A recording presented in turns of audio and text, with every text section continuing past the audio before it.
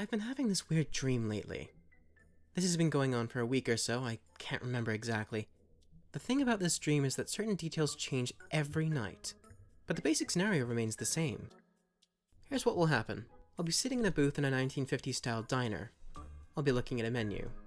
There'd be no words in the menu, only lines of punctuation. What the punctuation changes every night. One night it'll be a bunch of commas, on another, it'll be a string of question marks. You know, I'll just have the... How about you, I'd say. I can't remember how exactly I pronounced a long string of punctuation. I just know I did. Dreams are like that. Anyway, at that point, I'd just put down my menu and look at whoever I was dining with. The person changes from night to night.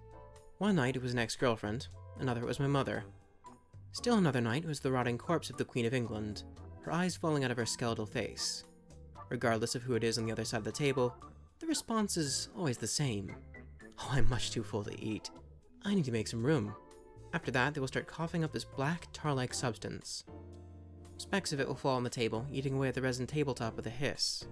Then black hands covered in that substance will reach out of my companion's mouth, dragging long, spindly arms behind them. And then... I wake up, usually in a sweat. That's how it went anyway. Tonight was a bit different, though. The dream started out the same. I was at the same diner, perusing the menu. This time, the punctuation was exclamation points. You know, I think I'll have the... How about you? I said. I put down my menu and saw myself sitting across from me. The other eye, had this wild, terrified look in his eyes. The other me whimpered, completely forgoing the usual line before the coughing fit started. Like the other dreams, specks of a black, tar-like substance fell on the table, eating away at the resin tabletop with a hiss. The same black hands covered in that substance came from the other me's mouth, dragging long, spindly arms behind them, and then... Both arms came out of my doppelganger's mouth, grabbing onto his shoulders and pushing itself out.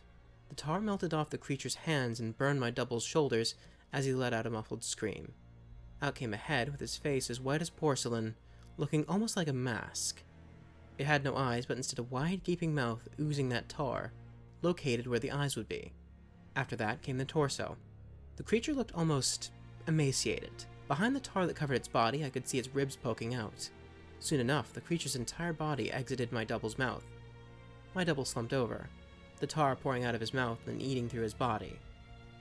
Meanwhile, the creature crawled on the table towards me. The table seemed to grow longer and longer as the creature got closer and closer. The tar on its spiked spine glistened in the diner's lighting.